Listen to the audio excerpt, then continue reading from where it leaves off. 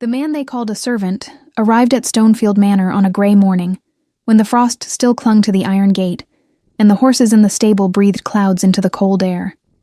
He wore a rough wool tunic the color of mud, a patched cloak over his broad shoulders, and boots that had seen better roads. No one looked at him twice. That was exactly what he had intended. His name, for the purposes of that morning, was Cole. Theron had chosen the name himself, 3 days ago, when he had told his council he was riding north to inspect the border territories.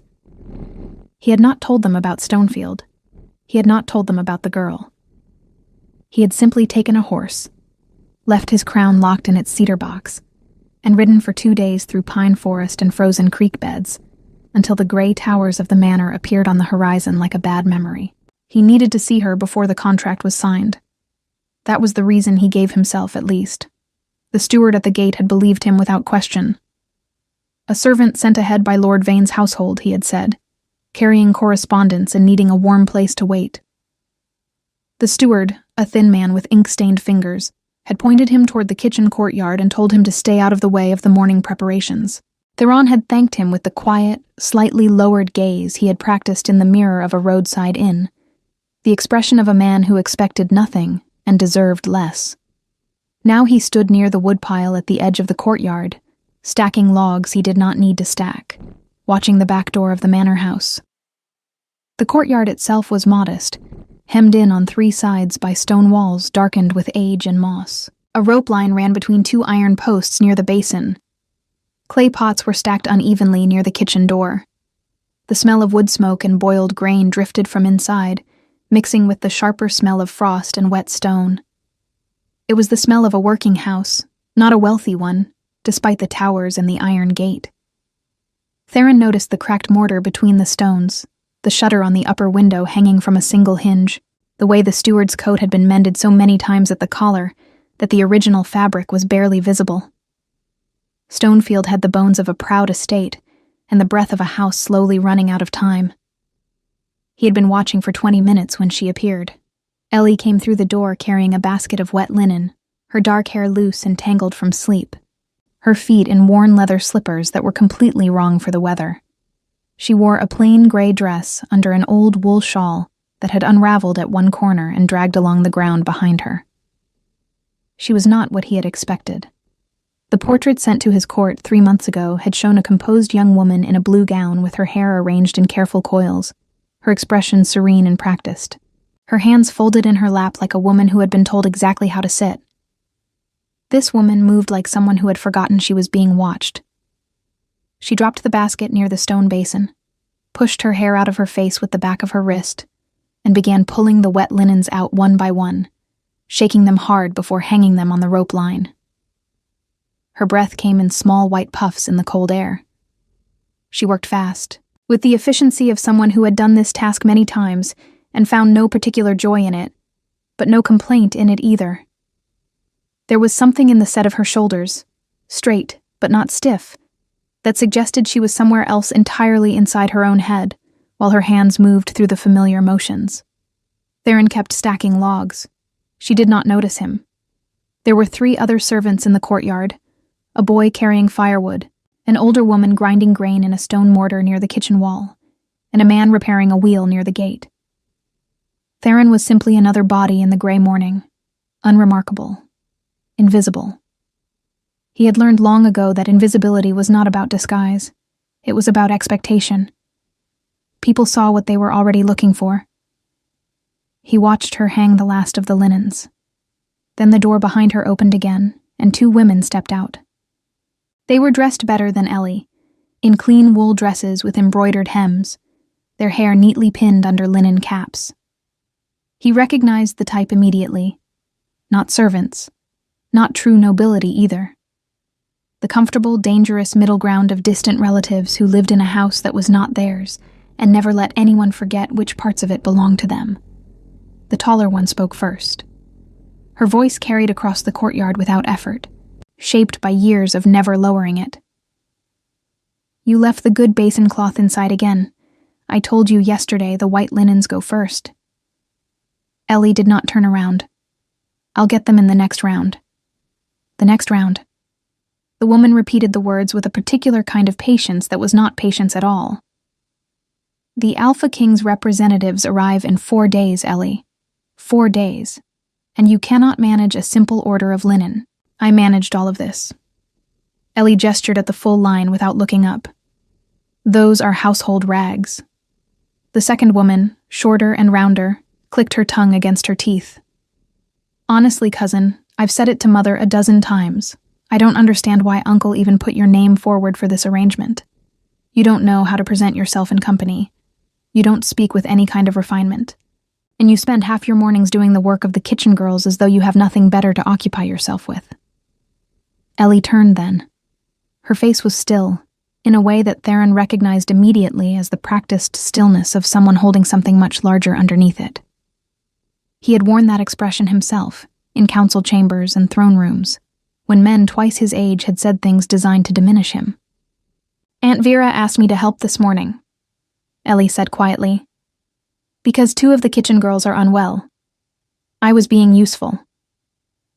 You were hiding, the tall one said flatly. You always hide when there's something uncomfortable to face. This contract is not going to disappear because you bury yourself in other people's laundry. She paused, letting her gaze move over Ellie slowly, the kind of assessment that was meant to be felt.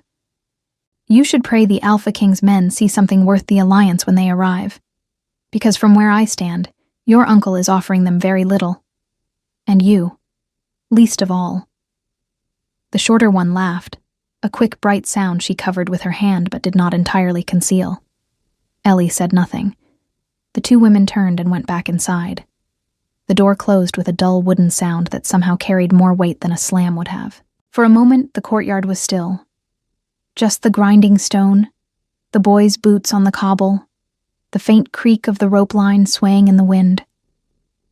The older woman near the kitchen wall kept her eyes down, focused on her mortar, in the practiced way of someone who had learned that witnessing such moments was its own kind of danger. Ellie stood with her back to the closed door, her head slightly bowed. Her fingers were moving against the rim of the basket, working at a loose piece of wicker without seeming to know they were doing it. Her slippers were damp from the wet stones. There was a small red mark on her left wrist, where the basket handle had dug in. She did not cry. She did not make a sound. But something in the line of her back, the particular quality of her stillness, made Theron set down the log in his hand very carefully. The way a man sets something down when he is afraid of what he might do if his hands are not deliberately occupied. Then she looked up, directly at him. He held her gaze without thinking, a half-second too long for a servant, too steady for a man who had nothing to hide. He saw the uncertainty move through her eyes, quick and instinctive, the flicker of someone registering that a thing was not quite what it appeared to be, without yet knowing why. He looked down at the logs. He heard her footsteps cross the courtyard, slow and even, and stop a few feet away. I don't know you, she said. Her voice was lower than he had expected. Quiet, but not soft in the way of timidity. Careful. The voice of someone who had learned to spend words deliberately. Cole, he said, without looking up. Sent from Lord Vane's household. Waiting on correspondence. A pause. Lord Vane's household is 2 days south, she said. You must have ridden through the night. Part of the way. Another silence. Longer. He could feel her attention on him, the same quality of focus she had brought to the laundry line, unhurried and complete. There's porridge left from breakfast, she said at last. The kitchen door's unlocked. Help yourself before it goes cold. He looked up because he could not stop himself. She was already walking away, basket under her arm, the loose corner of her shawl trailing across the frost-gray stones behind her. She did not look back. She moved like a woman who had offered the only small kindness available to her and expected nothing in return for it. Theron stood in the cold morning air with a log in each hand and felt something shift in his chest that he did not yet have a name for. He had come to Stonefield to observe, to assess, to make a rational decision about a political contract before committing the weight of his name and his kingdom to it. He had come as a stranger in borrowed clothes to look at a woman he had never met, in a house he had never visited, with the cold efficiency of a king who had learned long ago that sentiment was a luxury his position could not afford. He had not come to be offered porridge by a woman with frost-damp slippers and white knuckles, who did not flinch and did not break, and did not ask anything of anyone. He set the logs down. Inside the manor, somewhere beyond the gray stone walls and the frost-laced windows, a door opened and closed in the south corridor. A man sat down at a writing desk. A candle threw its small light across parchment and a moving hand. The letter that man was writing was not addressed to the Alpha King. It was addressed to someone who had been waiting a very long time for news from Stonefield. And it began. She does not suspect anything. We are still on course. Ellie had learned early in life that the safest place in any house was the one nobody thought to look. In Stonefield Manor, that place was the old library on the second floor, a narrow room at the end of the east corridor that smelled of dust and dried leather, and the faint sweetness of wood slowly aging. The shelves were only half full. Many of the books had been sold years ago, during the first of her uncle's bad harvests, and the gaps they had left behind were filled now with stacked papers, a broken clock that no one had repaired, and 3 ceramic jars whose purpose Ellie had never determined. The room had one window that faced north, which meant it was cold in winter and dim in summer, which meant nobody wanted it, which meant it was hers. She sat in the chair by the window that afternoon with a book open in her lap that she was not reading. Outside, the frost had softened into a thin gray drizzle, and the pine trees at the edge of the manor grounds stood dark and still in the wet air. The smell of rain on old stone drifted through the gap at the bottom of the window frame, mixing with the leather and dust of the room. She was thinking about the servant in the courtyard. Cole, he had said, from Lord Vane's household. She had believed him. There was no reason not to. Men passed through Stonefield regularly in the weeks before an important arrangement. Messengers and stewards and advance riders checking accommodations, confirming schedules, carrying the invisible machinery of negotiation from one estate to another. She had grown up watching them come and go, these men who arrived with sealed letters and left without meeting her eyes. But this one had met her eyes. That was the thing she could not place. Not the length of it, though that had been unusual. It was the quality of it, the steadiness. Most men who worked for noble houses had learned a particular kind of gaze, slightly downward, slightly averted, the careful non-look of someone trained to be present without being perceived. This man had looked at her the way people looked at things they were genuinely trying to understand. She turned a page she had not read. The drizzle thickened against the window. She told herself it did not matter. In 4 days, the Alpha King's official representatives would arrive at Stonefield, and whatever they saw or did not see would determine the shape of the rest of her life. That was the thing she should be thinking about, not a servant with steady eyes and borrowed boots. The contract had been explained to her 6 weeks ago in her uncle's study, with the fire going and a cup of cold tea at her elbow. Her uncle, Lord Cedric of Stonefield, was a careful man, precise in his speech and uncomfortable with emotion, the kind of man who delivered difficult news in the same tone he used to discuss weather. He had told her that negotiations with the Northern Territories had reached a point where a formal alliance was the only practical path forward. He had told her that the Alpha King had agreed in principle to a marriage arrangement. He had told her that her name had been put forward because she was the most suitable candidate available. He had not asked her what she thought. She had not told him. What would she have said if he had asked? That she was afraid? Yes. That the thought of leaving Stonefield, this cold and crumbling house she had grown up in, filled her with a loneliness that surprised her with its intensity, because she had never been particularly happy here. That she knew nothing about the Alpha King except that he was powerful and remote, and that men spoke his name with a particular combination of respect and caution that told her more than any official report. That she was 23 years old and had spent most of those years trying to take up as little space as possible, and she was not sure she knew how to be looked at directly, let alone be the wife of a king. She closed the book. Downstairs, she could hear her cousins in the main hall, their voices carrying up through the floor in a bright and indistinct murmur. They were happy, she knew, not because they wished her well, but because her departure would rearrange things in their favor. Her uncle's house, his attention, his remaining resources, all of it would settle more firmly in their direction once she was gone. She had understood this for a long time without letting herself feel it fully. Today, in the courtyard, she had felt it. She stood, moved to the window, and pressed her palm flat against the cold glass. In the courtyard below, the rope line was empty now. The linens had been taken in. The woodpile was neatly stacked on the left side of the wall. She frowned slightly. She had stacked the wood on the right side this morning. She always stacked it on the right side, close to the kitchen door, so it was easy to carry inside. Someone had moved it. Theron spent the afternoon learning the house. This was habit more than strategy. The same instinct that had kept him alive through 12 years of ruling a kingdom, where not everyone had wanted him to succeed. He moved through the spaces available to him: the kitchen, the stable yard, the woodshed, the storage rooms off the east corridor. And he catalogued what he saw with the quiet precision of a man who had learned that understanding a place meant understanding its vulnerabilities. Stonefield was not a happy house.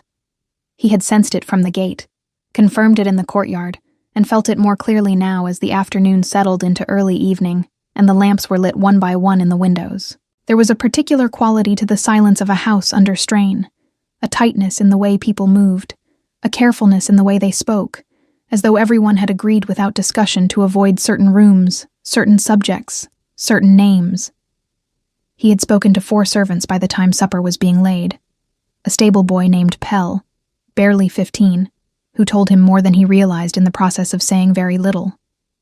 An older cook named Marta, who had looked at him once with sharp gray eyes, and then decided, apparently, that he was not worth her suspicion, which meant she talked freely while she worked. A groundsman who said almost nothing but whose expression, when Lord Cedric's name came up in passing, was the expression of a man who had stopped expecting things to improve. What he had gathered, piece by piece, was this: Lord Cedric had debts, significant ones, accumulated over a decade of bad decisions and worse luck, and now pressing close enough to be felt in the thinness of the household staff, the state of the grounds, the sold-off books. The alliance with the Northern Territories was not simply politically desirable, it was financially necessary.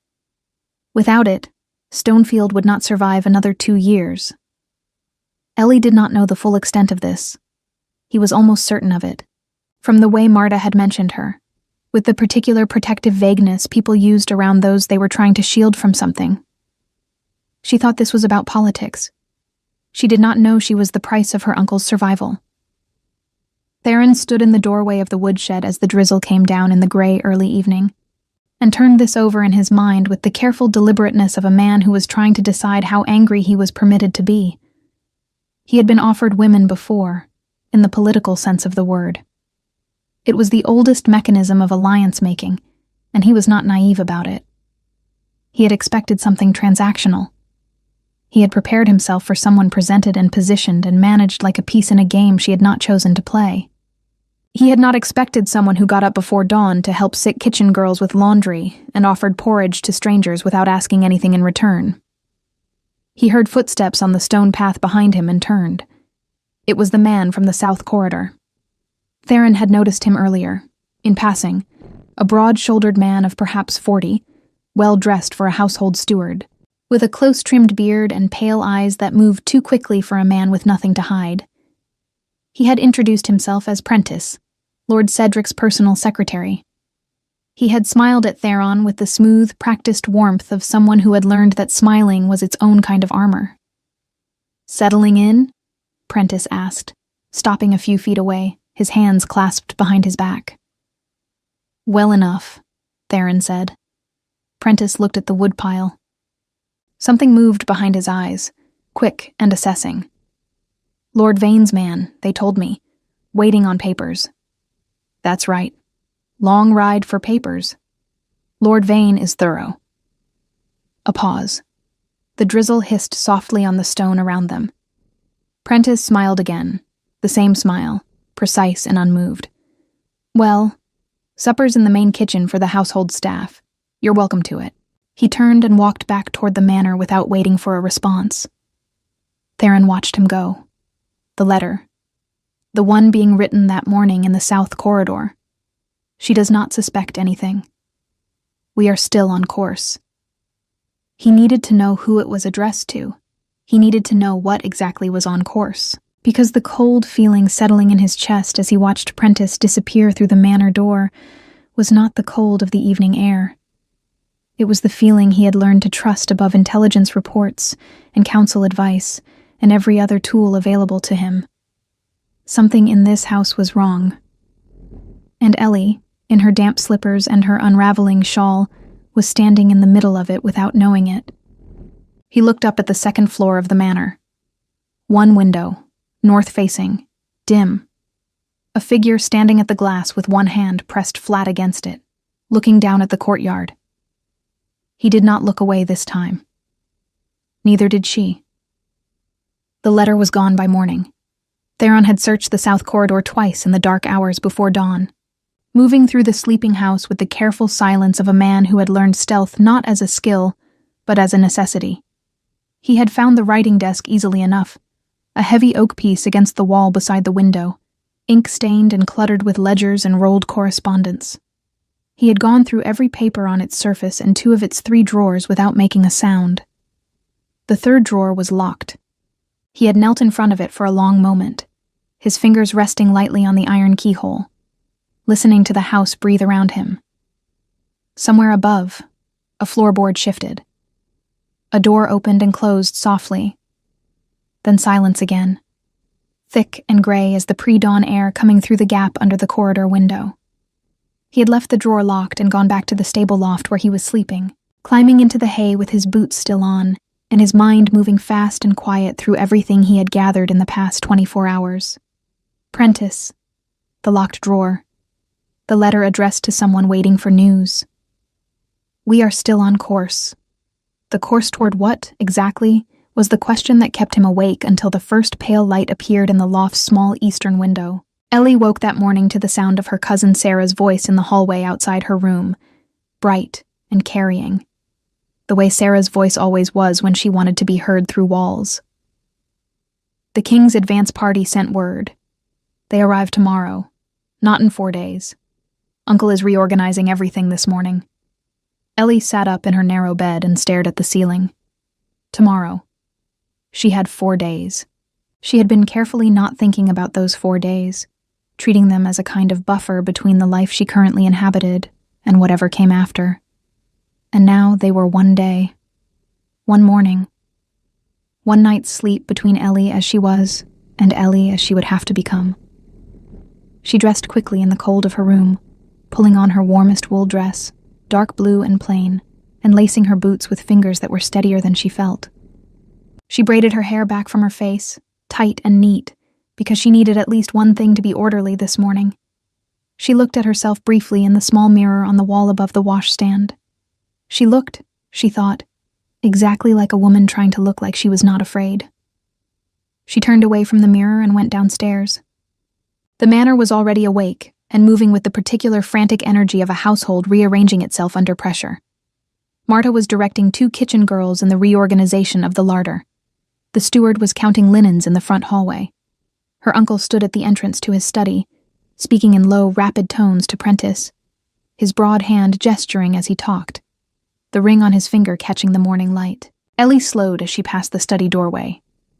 She was not trying to listen. She simply passed more slowly than necessary, the way people do when something pulls at them without explanation. She caught only fragments through the half-open door. Her uncle's voice, tighter than usual. Needs to go smoothly. Nothing unexpected. Prentice, even and measured. Everything is in place. She won't cause any difficulty. Her uncle again, quieter. She doesn't know about Harwick? A pause. Prentice.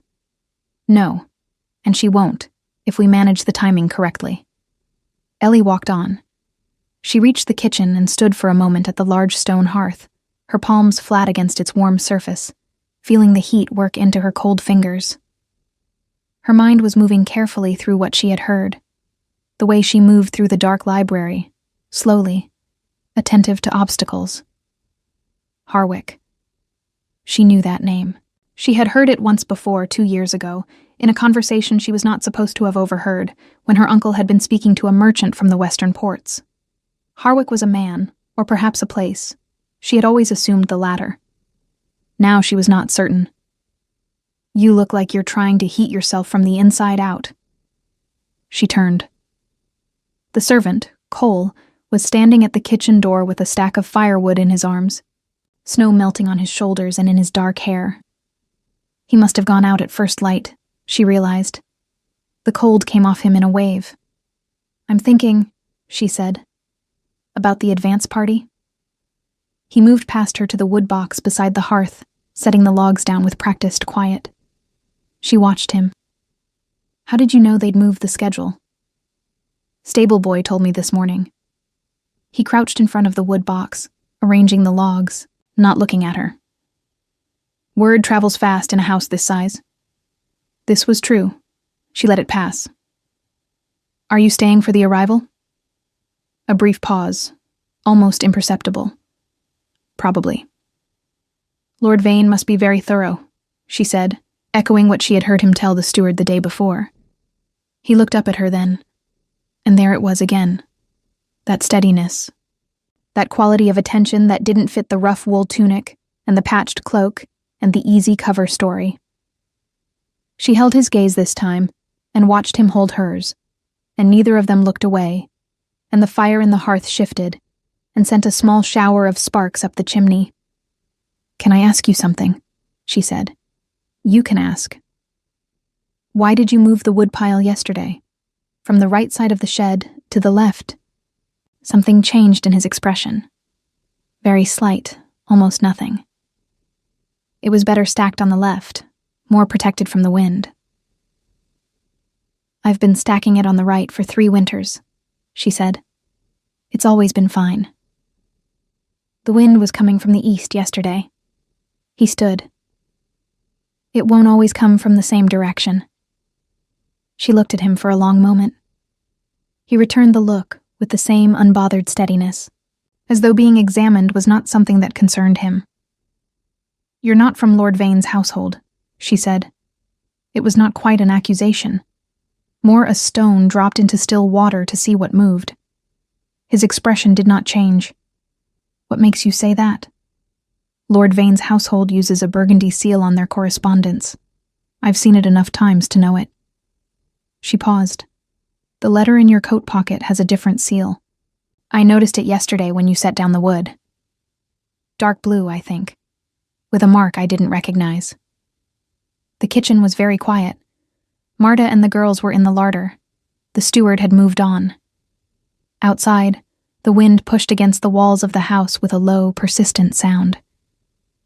Cole, or whoever he was, looked at her for a long moment without speaking. Then he said quietly, "You notice a great deal." "I've had to," she said simply. Something shifted behind his eyes. Not alarm. Something closer to recognition, she thought. The expression of someone hearing an echo of their own experience in an unexpected place. "I'm not here to harm you," he said. The plainness of it was startling.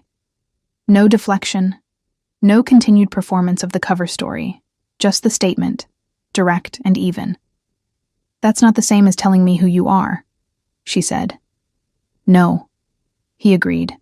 "It isn't." She held his gaze for another moment, then turned back to the fire. "The advance party arrives tomorrow. Whatever you're doing here, you should be careful. Prentice notices things too." She looked at him over her shoulder. "And unlike me, I don't think he cares whether you're harmed or not." She left the kitchen before he could respond. Theron stood at the hearth for a long moment after she was gone, listening to the crackle of the fire and the wind against the walls, and the distant sounds of the household rearranging itself around the news of tomorrow's arrival. She had made him in less than 36 hours. Without resources, without authority, without anything except a pair of careful eyes and 3 winters of stacking wood in the same corner of the same shed. He thought about the letter in his coat pocket. "Dark blue seal," she had said. With a mark she didn't recognize. He had taken it from the corridor that morning before dawn, slipped from beneath the locked drawer's gap. Not the letter Prentice had been writing, but another one, older, folded small, and tucked into the back corner of a ledger that had been left on the desktop by accident, or so he chose to believe. He had not yet broken the seal. He broke it now, standing at the kitchen hearth with the fire warming his back and the house moving around him, and unfolded the paper with careful hands. It was short. 4 lines.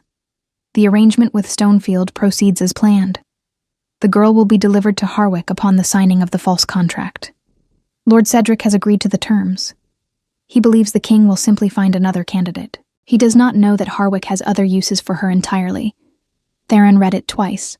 Then he folded it, placed it back inside his coat, and stood very still with his hands flat on the stone of the hearth, and the fire burning beside him, and the cold, absolute clarity of a man who now understood exactly what kind of danger he was standing inside. Ellie was not being offered to the Alpha King.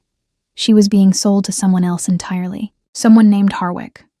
Someone her uncle had made a different, darker agreement with behind the facade of the official contract. And the Alpha King's arrival tomorrow, his own arrival, the representatives, the arrangement, all of it was being used as cover, a distraction, a reason to get her ready, presentable, prepared for transport. He pushed off from the hearth. He needed to know who Harwick was. He needed to know the timeline. And he needed, above everything else, to decide in the next 12 hours exactly how much longer he was going to keep pretending to be someone named Cole. The advance party arrived before noon. There were 6 of them, riding in through the iron gate on dark horses with the Northern Territory's gray banner folded at their saddlebags, deliberately inconspicuous for an official delegation, which told Theron everything he needed to know about how seriously his own people took their instructions. He had sent word 3 weeks ago that the initial visit to Stonefield should be handled with restraint. No ceremony, no pageantry, just eyes and ears, and an honest report sent back to him. He watched them ride in from the shadow of the stable doorway, his arms crossed, his expression neutral. He recognized the man at the front immediately. Edric, his oldest advisor, and the closest thing he had to a friend, a broad man in his late 50s, with a white-streaked beard and the unhurried bearing of someone who had survived enough political storms to stop being impressed by any single one of them.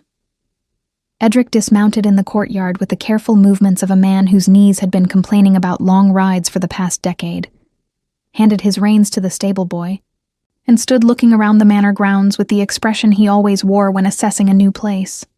Mouth slightly pursed, eyes moving slowly, taking inventory. Theron stepped out of the stable doorway. Edric saw him immediately.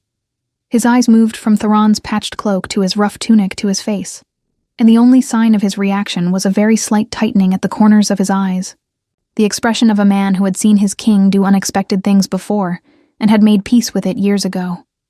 He walked toward him at a normal pace, stopping beside the woodpile, close enough to speak quietly. "My lord," he said, just above a whisper. "I won't ask." "Good," Theron said. "I need you to listen." He told him in 4 minutes, speaking low and fast, his eyes moving across the courtyard as he talked. The letter, Harwick. The false contract. Lord Cedric's arrangement. Prentice and the locked drawer and the timeline he still hadn't confirmed but suspected was tied to the signing ceremony, whatever form that would take. Edric listened without interrupting, his eyes on the middle distance, his face giving nothing away. When Theron finished, there was a brief silence. "Harwick," Edric said quietly. "Ren Harwick, merchant lord out of the western coast. Operates in about 6 different kinds of legal gray. Has properties in the interior that nobody official has ever successfully inspected." He paused. "There have been rumors about those properties, about the kind of people who go in and don't come out the same way they went in." Something cold moved through Theron's chest. "How long have there been rumors?" "Long enough that I should have brought you a formal report before now," Edric said. There was something in his voice that was not quite guilt, but lived near it. The evidence was never solid enough to act on. He's careful. He's careful. Theron repeated very quietly. Yes. Theron looked across the courtyard at the manor's back door. Closed this morning. No damp slippers on the frost. No basket of linen. Just gray stone and the smell of wood smoke, and the sound of the household inside moving through its preparations for an arrival that was never meant to be what it appeared. She doesn't know any of it, he said. The girl? Her name is Ellie. He said it without deciding to. And no, she thinks this is a political arrangement. She thinks she's been put forward as a candidate for a marriage contract. She's been preparing herself for a life she didn't choose, and the man who was supposed to protect her has been selling her to someone else entirely behind the face of that preparation. Edric was quiet for a moment. What do you need from me? I need someone watching Prentice from the moment you go inside that house. I need to know if any correspondence leaves Stonefield today. I need the locked drawer in the south corridor opened without anyone knowing it's been opened. He paused. And I need you to play your role today. Official visit, standard assessment, nothing unusual. Lord Cedric cannot know anything has changed. And you? Theron looked at the manor door again. I'm going to talk to her. Ellie was in the library when she heard the horses arrive. She had spent the morning there intentionally, staying clear of the controlled chaos of the household's preparations, the relining of the guest rooms, the polishing of silverware that had not been polished in years, the particular anxious energy of people trying to make a house look like something it was not. She had braided her hair twice, changed her dress once, and then deliberately put the blue dress back and returned to the gray one because she was tired of performing, and the performance hadn't even started yet. She heard the hoofbeats in the courtyard below and did not go to the window. She picked up her book instead. She had read the same page 4 times when the library door opened. She looked up expecting Syrah, or possibly her uncle summoning her downstairs to be presented. She did not expect the man in the patched cloak who stepped through the door and closed it behind him with the quiet deliberateness of someone who had checked the corridor before entering. She set the book down. You shouldn't be up here, she said. No, he agreed, remaining by the door. But I need to speak with you, and I needed to do it somewhere Prentice isn't. Something in the way he said the name, flat and careful, made her sit up straighter. Why? He looked at her for a moment, and she saw something she had not seen in his face before. Not the steadiness, which was still there. Something beneath it. A decision being made in real time. The expression of a man who has been carrying something heavy and is choosing, right now, to set it down. My name is not Cole, he said. The room was very still. Outside, she could hear the faint sounds of the courtyard below. Voices and boots on stone, the arrival settling into the house. I know, she said. He looked at her. You know. I've known since yesterday. She folded her hands in her lap, her voice even. You moved my woodpile. You noticed the wind direction. You held my gaze like a man who has never had to lower it for anyone. You don't walk like a servant. You don't stand like a servant. And when Prentice spoke to you yesterday evening in the yard, you looked at him the way a man looks at something he's already categorized as a threat. She paused. I don't know who you are, but I know what you aren't. Something moved across his face. Not quite a smile. Deeper than that. My name is Theron, he said. The name landed in the room like a stone into deep water, and the silence that followed it was the silence of someone feeling the ripples reach them, and understanding, suddenly, how far down the water went. Ellie did not move. Her hands stayed folded in her lap. Her voice, when it came, was very quiet. You came here yourself, she said, not a question. Yes. Dressed as a servant. Yes. To see me. A pause. Before the contract. Yes. She looked at him for a long moment. The drizzle had returned outside, tapping softly against the north-facing window. The smell of old leather and dust hung in the still air of the room.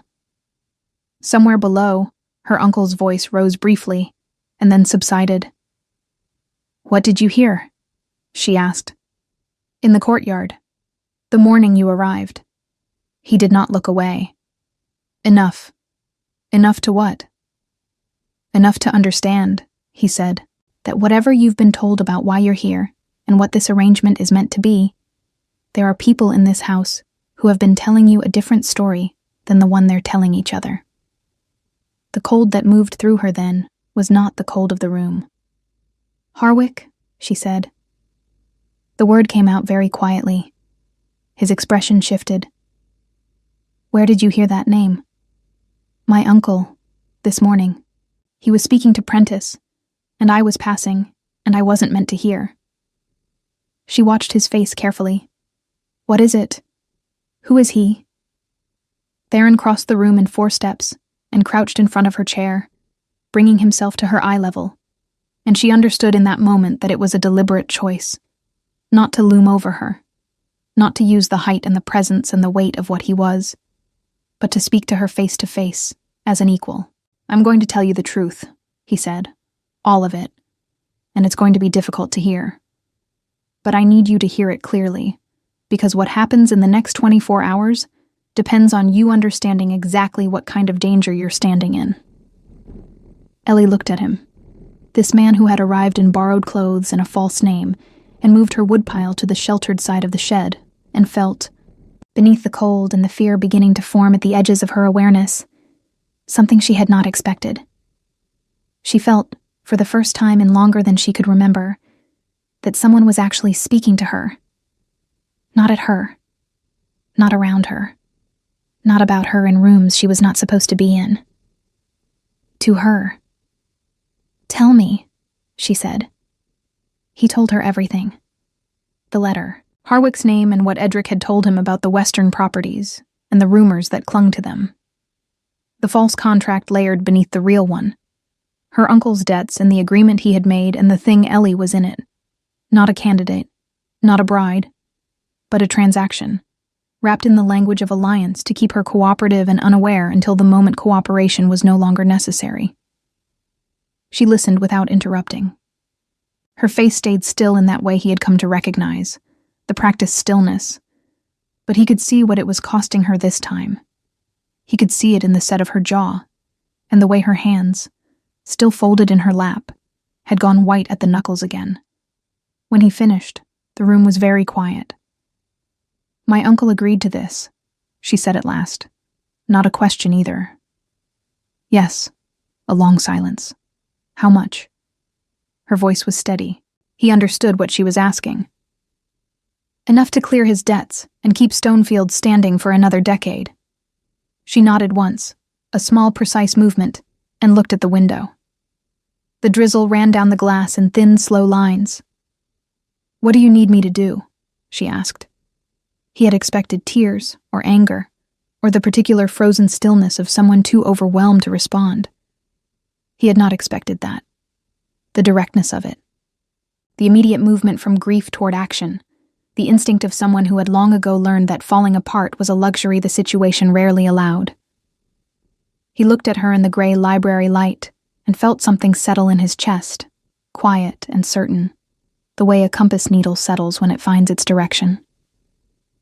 "Tonight," he said, "I need you to do nothing differently. Dinner with the family, polite and composed, exactly as they expect you to be. Can you do that?" "Yes." "Tomorrow morning, Prentice will give you instructions about the signing ceremony. Follow them. Don't let him know anything has changed." She held his gaze. "And you?" "Prentice will have sent word to Harwick by now that the timeline is confirmed. I need to find that correspondence before it leaves the manor grounds. Once I have it, I have everything I need to move against him legally and permanently." He paused. "But I need one more night inside this house to do it." She was quiet for a moment. "The library," she said. "No one comes here. There's a door at the back behind the far shelf that leads to the east servants' stair. It's the only stair in the house Prentice doesn't use." She held his gaze. "You can work from here tonight without anyone knowing." He looked at her. She looked back at him with the clear, steady eyes of a woman who had just been told the ground beneath her had been hollow all along, and had decided, without hesitation, to keep standing on it. "Thank you," he said quietly. She shook her head, very slightly. "Don't thank me yet," she said. "Thank me when it's over."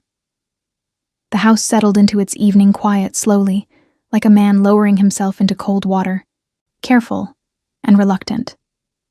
Ellie sat through dinner with her hands folded in her lap and her back straight, and her expression arranged into the composed, cooperative blankness her cousins had always mistaken for emptiness.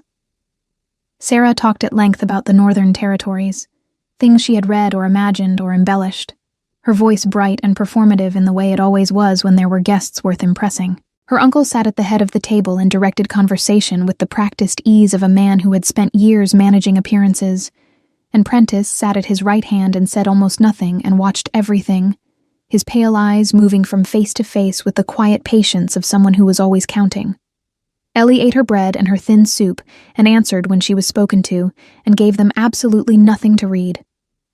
Two of Theron's advance party sat at the table as well, formal and pleasant, playing their roles with the same discipline she was playing hers. She did not look for Theron among the household staff moving through the room. She already knew he was not there.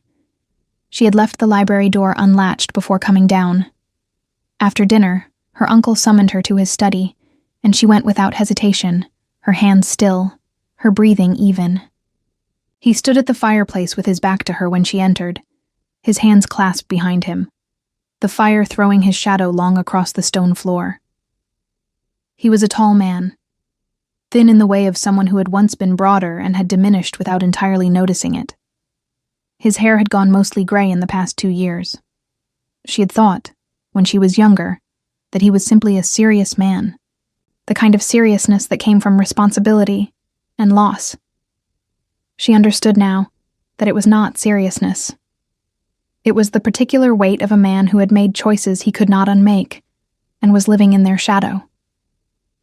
"Tomorrow will go smoothly," he said, without turning. "Prentice will walk you through the ceremony in the morning. It's a simple signing, nothing elaborate. You'll be asked to confirm your willingness for the record. Standard language." "I understand," she said. He turned then, and looked at her, and something passed across his face that she might have called regret if she had trusted it. "You've always been a sensible girl, Ellie," he said. "This is the right path. For the family, for the estate." She looked at him across the firelit room and thought about the letter. About Harwick. About the words she won't cause any difficulty spoken in this man's corridor about her life. "Of course, Uncle," she said. She went to bed and did not sleep. Theron worked through the night. The library was cold and dark, except for the single candle Ellie had left on the table beside the chair, its flame burning small and steady in the still air. He moved through the papers from the locked drawer, which Edric had opened cleanly before dinner, and resealed with the same wax and a matching stamp from the manor's own supply, a detail that had required 20 minutes and considerable ingenuity, and which Theron had noted with the particular quiet satisfaction of a man surrounded by competent people. What he found in the drawer was more complete than he had hoped. The full agreement between Lord Cedric and Wren Harwick, 3 pages of careful, lawyerly language that said, in its essence, that Ellie would be presented to the Alpha King's representatives as a marriage candidate, and that when the official contract failed to reach a conclusion, as it was intended to fail, she would be transferred quietly to Harwick's custody, under the pretense of a private arrangement. Her uncle would receive payment in 2 installments. The second installment was contingent on delivery. The word sat on the page in plain ink. Delivery. Theron set the paper down on the library table and pressed the heels of his hands against his eyes for a long moment and breathed. Then he picked up the page again and kept working. By the time the candle had burned to half its height, he had everything documented, catalogued, and witnessed by Edric, who had slipped up the servant's stair at midnight and read the papers in silence, with the expression of a man whose worst suspicions had been confirmed and found no satisfaction in it. They spoke in low voices for 20 minutes. Edric returned downstairs. Theron remained at the table and wrote 2 letters of his own, pressing his own seal into the wax with the ring he wore on his right hand always. The one he had not removed even in the servant's costume, because some things were too deep to take off. The first letter was to his chief magistrate in the Northern Territories. The second was to the Port Authority of the Western Coast, with instructions that were specific and unambiguous, and which would, by the end of the week, make Wren Harwick's carefully maintained operations considerably more visible to considerably more official eyes than had ever looked at them before. He sat back in the library chair and listened to the house around him. The fire had gone out in the hearth downstairs. The wind had died. The drizzle had stopped sometime after midnight and left the world outside the window clean and black and very still. He thought about Ellie in her room above him. Awake, he was almost certain, lying in her narrow bed in the dark and turning over the shape of everything she had learned yesterday in this same room. He thought about what came next. She heard his step on the servant's stair just before dawn. She was sitting in the chair by her bedroom window with a wool blanket over her shoulders and her boots on, her braid slightly unraveled, a cup of cold tea on the sill beside her that she had made 2 hours ago and forgotten to drink. The sky outside was the deep blue-gray of the last hour before light, and the pine trees at the edge of the grounds were black shapes against it, motionless. A soft knock at her door. She opened it without hesitation. He looked the same as he had every morning, the rough tunic and the patched cloak, but something had shifted in the set of his shoulders and the way he held himself, a loosening of whatever deliberate restraint had kept him contained inside the roll of coal for the past 2 days. He was simply himself now, she thought, whatever that meant, in borrowed clothes in a borrowed house in the last dark hour before everything changed. "It's done," he said quietly. She stepped back to let him into the room. He entered and stood near the window, looking out at the dark pine trees, and she stood near the door and looked at him. "Prentice?" she asked. "Edric has him in the east sitting room. He found the outgoing correspondence last night. A writer was meant to leave at first light for Harwick's estate, confirming the timeline." He paused. "The writer didn't leave. And my uncle?" A silence. "He'll be given a choice," Theron said. He turned from the window and looked at her directly, and his voice was careful and even, the voice of a man giving difficult news to someone he respected too much to soften it past recognition. He cooperated fully with an attempt to deceive the crown and deliver a subject of this kingdom into private custody under false pretenses. That is not a small thing. It cannot be simply set aside. "I know," she said. "He will face a formal inquiry. The estate's debts will be restructured under crown oversight rather than extinguished. Stonefield will survive." He held her gaze. "He will survive, but there will be consequences." Ellie looked at him across the small, cold room. This man who had arrived 3 days ago in the dark with a false name and a borrowed coat, and she thought about her uncle at his fireplace saying, "You've always been a sensible girl," in the voice of a man saying goodbye to something he had already sold. She thought about Prentice in the corridor, about the letter and its clean, cold language. Delivery. She thought about what she felt, and found that it was not the devastation she had expected. It was something older and quieter. The particular grief of a thing you had already half known, finally confirmed. "All right," she said. He watched her. "Are you all right?" She considered the question seriously, the way she considered most things. "I don't know yet," she said honestly. "I think I will be." Something in his expression shifted, warm and very brief, like light moving across stone. "There is one more thing," he said, "and this one I'm asking, not telling." She waited. "The contract," he said. "The real one, not Harwick's version. The actual arrangement that was proposed between Stonefield and the Northern Territories." He paused, and for the first time since she had known him, even briefly, she saw something in his face that was not composure or steadiness, or the quiet authority of a man accustomed to certainty. She saw something uncertain, human and careful and slightly afraid of the answer. "I would like to discuss it. With you. Not through intermediaries or signed papers or portraits sent through the post. With you, directly, as two people who have spent 3 days being more honest with each other than either of us probably planned. The sky outside the window was beginning to lighten, very slowly, at the eastern edge. The pine trees were separating from the darkness, their shapes growing distinct. Ellie looked at him for a long moment. She thought about the courtyard and the porridge and the woodpile moved to the sheltered side of the shed. She thought about a man who had crouched in front of her chair to speak at her eye level when he did not have to.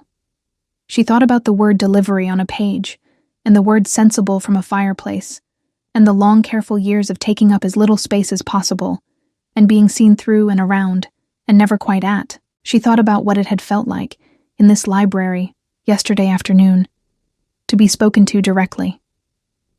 "I'm listening," she said. In the weeks that followed, the story of what had happened at Stonefield Manor spread through the Northern Territories in the way that true stories spread, slowly at first and then all at once, accumulating detail and losing it in equal measure until the shape that remained was something simpler and more enduring than the complicated truth. What people said was this: the Alpha King had gone north in secret, and what he had found there had changed something in him. What he had done about it had changed something in the territory. Wren Harwick's western properties were inspected formally within the fortnight by a Crown delegation that arrived with the kind of documentation that left no room for the usual gray areas. What they found there resulted in proceedings that occupied the magistrate's court for the better part of a year and ended with outcomes that were, for once, as complete as such things could be. The people who had needed finding were found.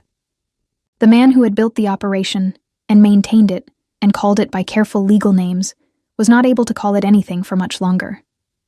Lord Cedric of Stonefield faced his inquiry in the early spring, in a chamber in the northern capital, with a Crown-appointed advocate at his side, and the full weight of what he had agreed to laid plainly before him. He did not contest the facts. He was a precise man, and the facts were precise, and contesting them would have been a kind of dishonesty he found at the end, that he could not sustain. The estate was restructured. His debts were absorbed into a repayment arrangement that would take years and require him to manage Stonefield, with a frugality he had long avoided. He returned home to a house that was still standing and found, to his own complicated surprise, that he was grateful for it. Prentice left the territory entirely. Where he went, no one at Stonefield was particularly motivated to discover. Sarah married a merchant's son from the southern counties the following autumn and moved away from Stonefield with the cheerful efficiency of someone who had always treated the place as temporary. Her sister followed 2 years later. The manor grew quieter, and in its quietness, steadier. Marta the cook remained. She always remained. Ellie was married in the late summer, in the northern capital, in a ceremony that was smaller than tradition required, and exactly the size she had asked for. She wore a dress the color of deep water, not blue exactly, something between blue and gray, the color of the sky above Stonefield on a clear winter morning. She had chosen it herself. She had chosen most things herself, in the months between the library and the ceremony, in the slow, deliberate process of learning what it felt like to be asked. Theron stood at the front of the hall and watched her walk toward him, and felt the same thing he had felt in a cold kitchen courtyard, with a log in each hand, that unnamed shifting in his chest, except that it had a name now, had acquired one gradually over months of conversation and disagreement, and the occasional silence that was comfortable rather than careful. After the ceremony, in the long light of the summer evening, they walked together in the gardens of the northern capital with the smell of pine and warm stone around them, and she told him about the first time she had known he wasn't who he said he was, not the woodpile, earlier than that. "The way you looked at the manor gate when you arrived," she said. "You looked at it the way you look at something you're deciding about. Not arriving at. Deciding about." She glanced at him. "Men who work for other men don't look at gates that way." He was quiet for a moment. "And you said nothing." "I wanted to see what you would do," she said simply. He looked at her. This woman who had spent years being invisible in a house that did not deserve her, and had emerged from it not diminished but precise, knowing exactly what she was and what she was not, and what she would and would not accept. "And?" he said. She considered the question with the seriousness she brought to everything, looking out across the evening garden with the last of the summer light warm on her face. "You moved the woodpile," she said, "to the sheltered side." She looked at him. He looked at her. "Yes," she said. "I think you'll do." The sun finished setting over the northern pines, and the stars came out one by one above the Capitol, and inside the hall behind them, the celebration continued without them for a while, which was exactly as they had planned it. The Alpha King had gone north in borrowed clothes to look at a woman he had never met. He'd come home with something he had not known he was missing. And Ellie, who had spent 23 years learning to take up as little space as possible, finally, quietly, took up all of hers.